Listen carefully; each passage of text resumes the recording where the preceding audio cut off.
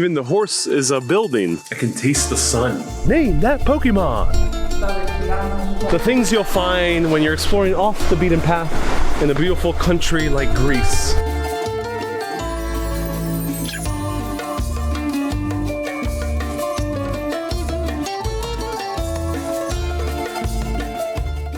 I am Evan Panagopoulos. I'm a tour guide with Explorabilia, and I create genuine and heartfelt tours of southern Greece. If you want to see the offbeat side of Greece, especially this area of the Peloponnese and other parts of Europe, this is the man to go with. I'm so excited to explore more of the Peloponnese right now for this journey. Let's go. Right now we're in Kyparissia in the Peloponnese, all the way down south. Beautiful blue waters. There's someone swimming there in the distance saying hello. And there's a gigantic castle over here with a huge horse.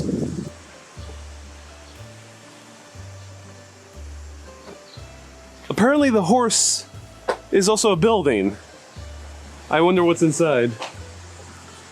And there's a Minerva owl right over here. And what appears to be a king. Not sure which king this is. It is wacky, isn't it? I mean, this is the making of a person named Harry Pournarakis, Haralambos Pournarakis. He was born in Philiatra, and he's a great benefactor of the area. His dream was to recreate the legends and fables he had heard from his grandparents, from his yaya and papu. It was Greek folk tales, kind of traditional folk tales, some of it hailing from ancient Greek mythology, as we will see, and some other kind of more contemporary tales. But also he was impressed by European folk tales, like that of Tristan and Isolde, or the Epic of Nibelungen, kind of Central European and Northern European folk tales. So he kind of combined all of these together by building this fairy tale castle, which is, we believe, is modeled after King Ludwig's castle in Bavaria. This was his summer mansion. The one reason that unfortunately cannot visit the interior these days, that it's not, it shouldn't be here. It doesn't have a license, it doesn't have a permit to build something like this, especially so close to the sea. But back in the day, in the 80s, he was there. He would put kind of a table in the charity entrance, and he would charge a very small, kind of tiny fee. And we would just go there and see the art he has on the walls, and all these stories, these legends and fables of ancient Greek mythology and modern fairy tales, medieval fairy tales, recreated there in his own way. Fascinating. And then even the horse is a building. The horse is a building. Yeah, as well. It is said, I mean, the urban legend has it that this is possibly a library inside with books. And here there's a tribute to the Greek independence. Yes, we have a combination of Greek independence. Of course, we see St. George slaying the dragon. And of course, we see various kind of notable heroes from the Greek Revolution. Some sort of kind of artillery piece over there. Okay, all this heat is making me really hungry. What's a good place to eat right nearby? Well, Ariel, you can come to my house and have a lovely home-cooked meal by Yaya, my mom. Ooh, all right, let's go. Oh, look at this homemade pasticcio in the family of Evan right over here in his Greek taverna style home. Actual stone right there.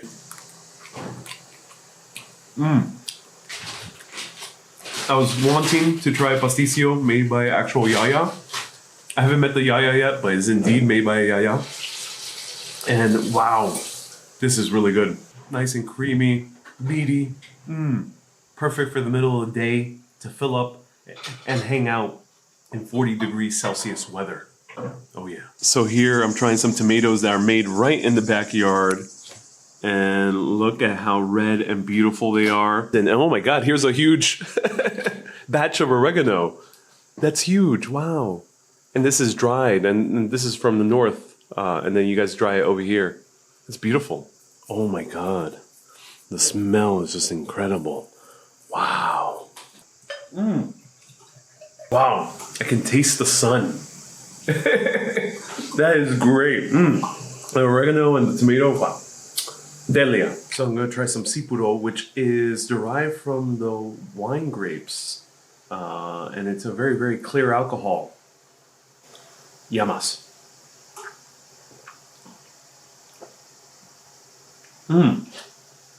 Tastes like moonshine.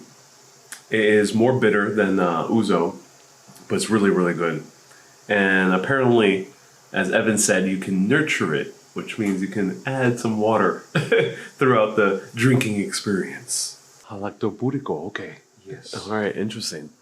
Look at that, wow. Like a cream-filled blacavla, okay. Yeah. I thought this was going to be heavy, but no, it's super light in a great way. And it's not overly sweet. You get that real taste of honey. Oh, wow, that's really good. And the cream is so... Reminds me of bugazza as well. A nice, light, fluffy cream. Ooh, delicious. Cue the Parisian music. This is the upper town of Kyparissia that was built in order to evade all the Barbary pirates that were ravaging the coastlines of Greece and other parts of the Mediterranean. They initially started right by the coast and then coming further and further up in order to evade them more efficiently, and also to see them coming.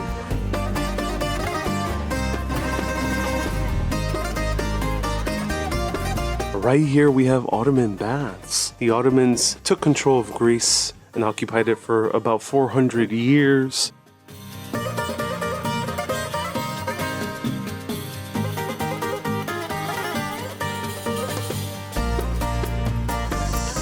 It feels so peaceful up here. And with the sun setting, oh, it's just magical.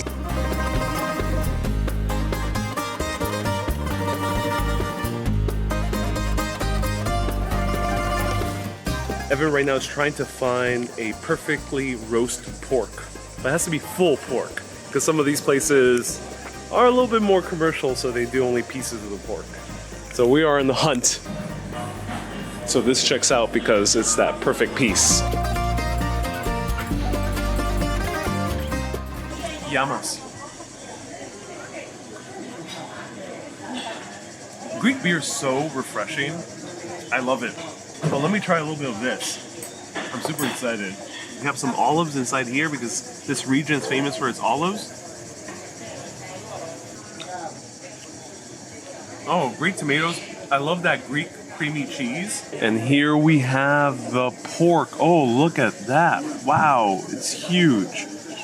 You told me that sometimes you can find a wild boar variety. Yes. Yes. In recent years, wild boar have proliferated in Greece and crossbreed with normal pork, and we have plenty of pork running around. So it's a free season for wild boar here in Greece. Oh, fascinating. And here we have a little bit of piece of the skin as well. And look how tender this pork is. Ooh, but that is a good pork.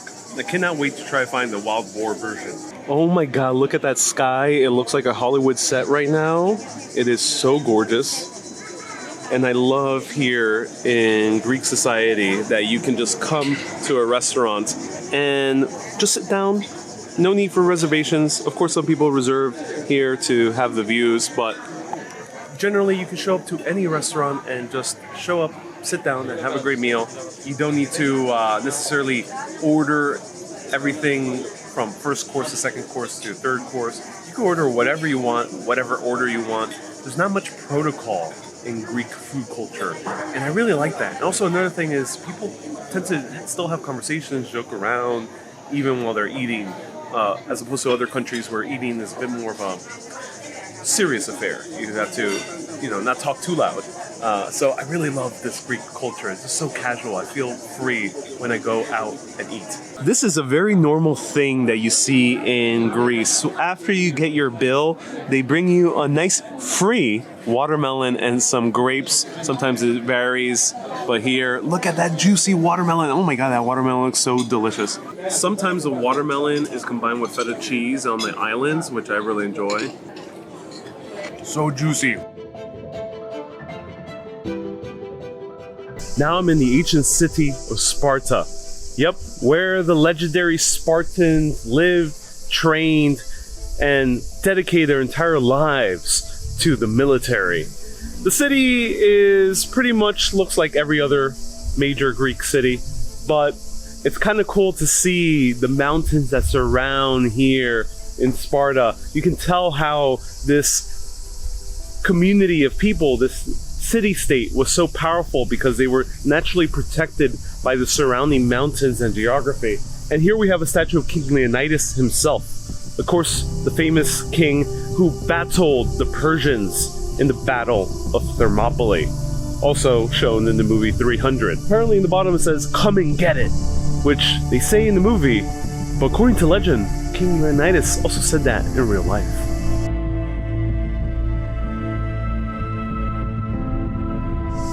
Apparently you can actually still see the ruins of ancient Sparta, which I'm very curious if there's anything physical to see, because usually people associate the ruins of Greece with the Mycenaeans and the Athenians and the Minoans, but not so much Sparta. No entrance fee, you just walk in through the gates, and wow, there's so many trees here, but ooh, I see some ruins. Here we see a round building constructed around the hill, and this also was the Roman Stoa. So this area right now has been in continuous use between the 8th century BC, that's a very long time ago, all the way to the Roman era. This area of ancient Sparta was used. This is the main civic and religious center of Sparta itself.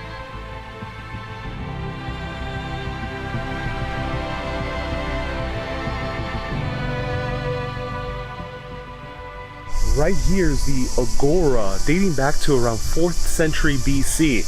That's also the heyday of Athenian democracy. So you can imagine here, there were plans for the Peloponnesian War, when the Spartans and the Athenians continuously battled each other for decades. It was one of the most devastating wars in Greece, even until modern day. So, wow, I could just imagine the famous figures of Spartan history walking these very halls. Maybe even King Leonidas himself. That blows my mind.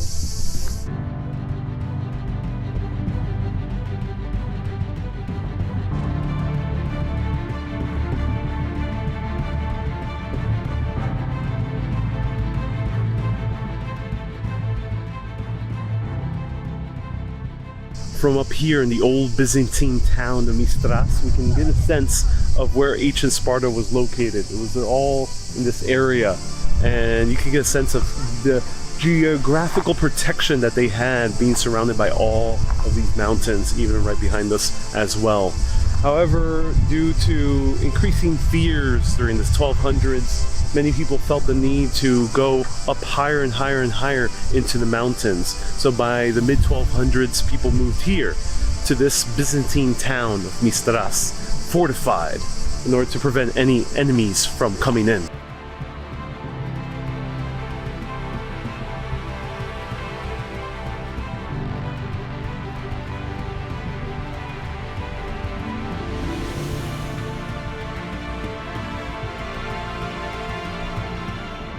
I loved exploring these medieval towns. There's of course a lot of medieval towns all throughout Europe. I've visited many of them that are still inhabited, thriving to this day. I always found their construction to be fascinating because the streets are really to the human scale. Not even allowing for horse and carriage, really. At least in these smaller ones that are tucked in hills. However, this one is abandoned. Oh, and we can see a piece of a huge Corinthian column. This is a good example of urban reuse. In these cities, in order to save money and not to always excavate new stone and build new quarries, they would use building materials from older temples that sometimes date back to ancient Greek times. So who knows, this might be an ancient Spartan Corinthian column. But I love coming to these places because you really get a sense of a unique way of urban planning. Now, there's no strict urban planning here because it is in a hill, so the terrain limits the amount of planning that one could do. But what fascinates me is this one's empty. And that dates back to 1834 when King Otto I took over control of Greece, and he wanted to rebuild Greece in the image of the ancients. He moved the capital from Nafplio over to Athens and rebuilt a lot of these larger Greek cities, including Sparta. So Sparta was built with a new city plan, and now a lot of the residents of here, of Mystras, that were living here all the way until the 1800s, decided to move further down into the new city. And this is still abandoned to this day. Now it's an archaeological site that people can enjoy.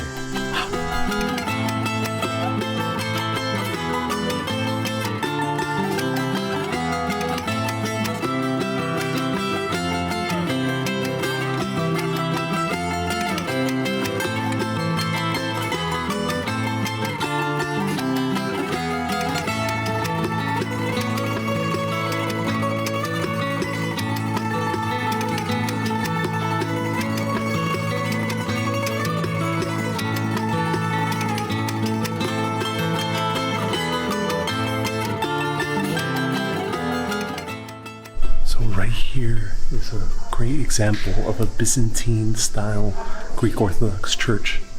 It's gorgeous, it's very peaceful, lots of iconography everywhere.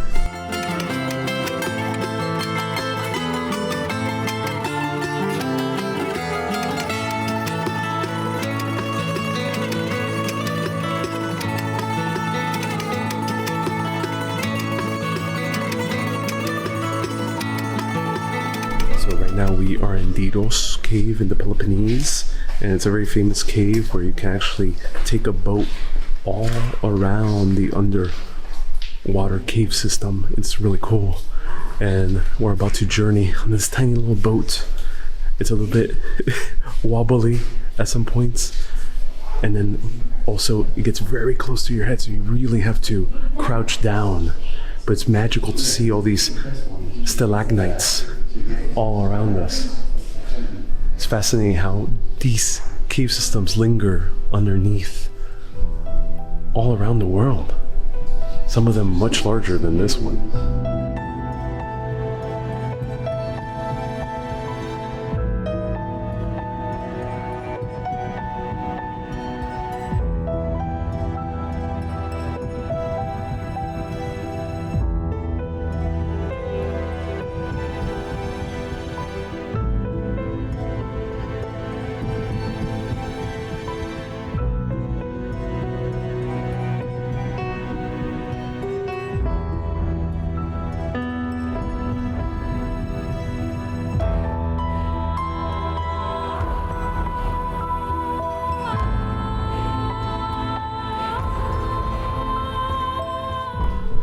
That was amazing.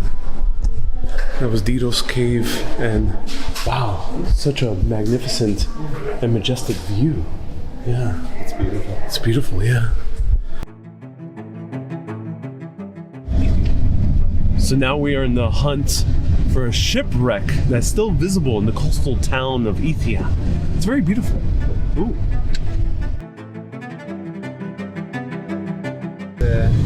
It's called Dimitrios.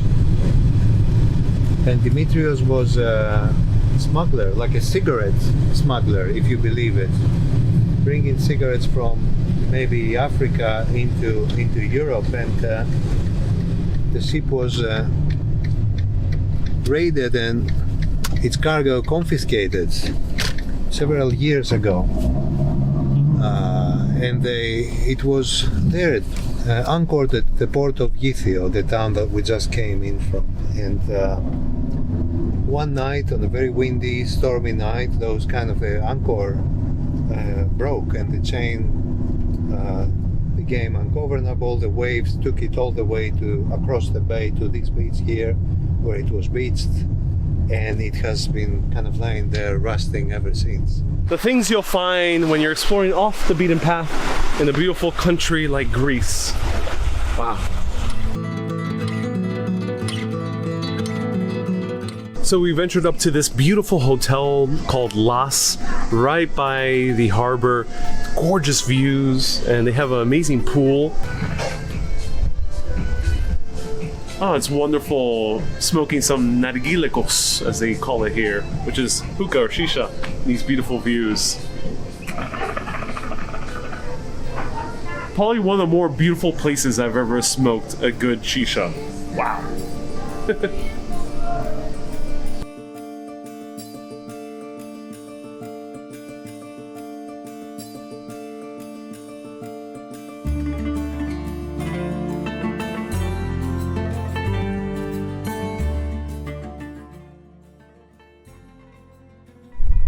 Welcome to Ancient Messini, and I did not expect to have such a well-preserved archaeological site here in the Peloponnese, because of course we all go to the Parthenon and the Acropolis, but wow, just watching in that theater, I can't wait to go down there.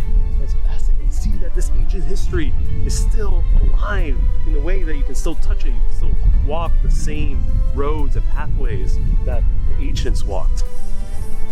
Oh, it gives me chills.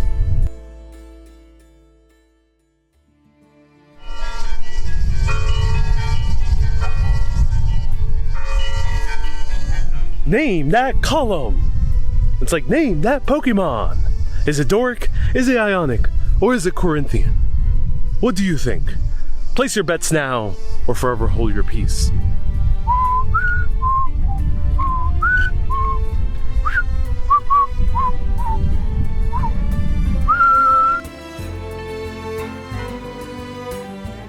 Evan, name that column. Looking at the stern lines and simplicity of the column, I would say that this is a Doric column, the plainest of all forms. Yes! You got it right. High five. Ding, ding, ding, ding, ding. So it seems like the Messenians had a water irrigation system. And it's fascinating how all this water technology comes from many, more than 2 millennia ago. Some of these ancient cities had even running toilets, which blows my mind.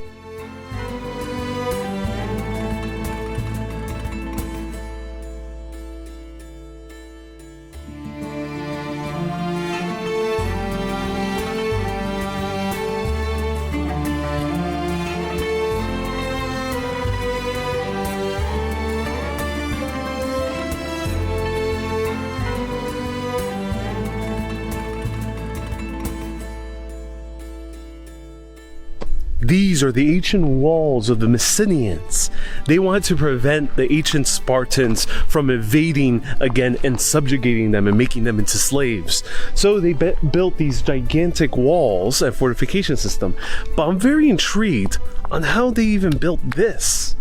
How did they carve this, bring it up here? How did they even lift such a gigantic piece of marble? And, oh, I can hear my voice echoing. Wow, that's so cool.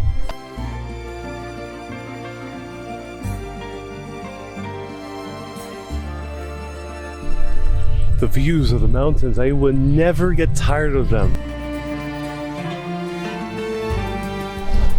This is the city of Kalamata, and it's right by the coast. It's very lively at night. Lots of people out and about. And the night is just getting started here in Kalamata. Now, of course, Kalamata is famous for its olives.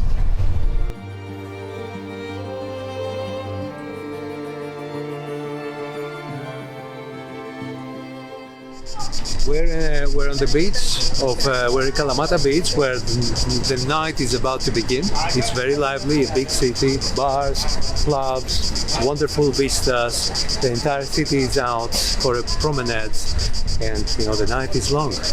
And this is one of the other peninsulas in the Peloponnese. That's right. Yes. Yeah. So yeah, I'm really liking the vibe of this place. It's a great place to sit down, have a drink, enjoy some food right by the seaside.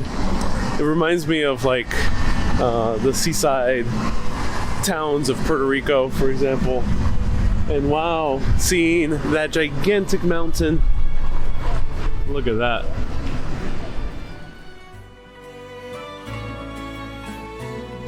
I think it's appropriate to end this 3-day journey through the Greek Peloponnese right here with the sunset views from Kalamata.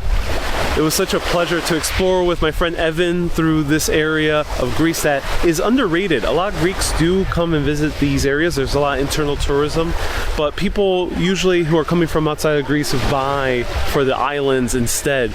But I think it's worth giving the Peloponnese a shot. Do consider taking a tour with my friend Evan at Explorabilia. I'll put the link down in the comments below. And wow, so spectacular. I can't believe we saw so many amazing sights in just 3 days. Stay curious, my friends. Hey, one more thing. If you enjoyed this adventure through the Peloponnese and want to do it in real life, I'm actually partnering up with my friend Evan, who you saw in this vlog. He runs Explorabilia, and he does tours all around Europe, with the focus on going off the beaten track and also providing you with authentic cultural experiences. We're going to do Urbanist approved tours, starting with the Urbanist approved tour of the Peloponnese. Basically, I will be working with Evan to add some of that little urbanist touch to his tour experience of the beautiful Greek Peloponnese. Of course, as you know, here on Urbanist, I love providing you with stories about the urban design, having amazing coffee, going to some authentic food and learning about the food history. Also learning about the small historical secrets that usually are not available on most tours. So if you want to join on one of these Urbanist approved tours of Explorabilia, you can go to the link down below, urbanist.live/tours. It's hosted by my friend Evan, and he's going to give you a great time in the Peloponnese, and we might expand this to different countries around Europe. So stay tuned. Thank you everyone so much for watching. Keep being awesome and always keep on exploring. Have a great day.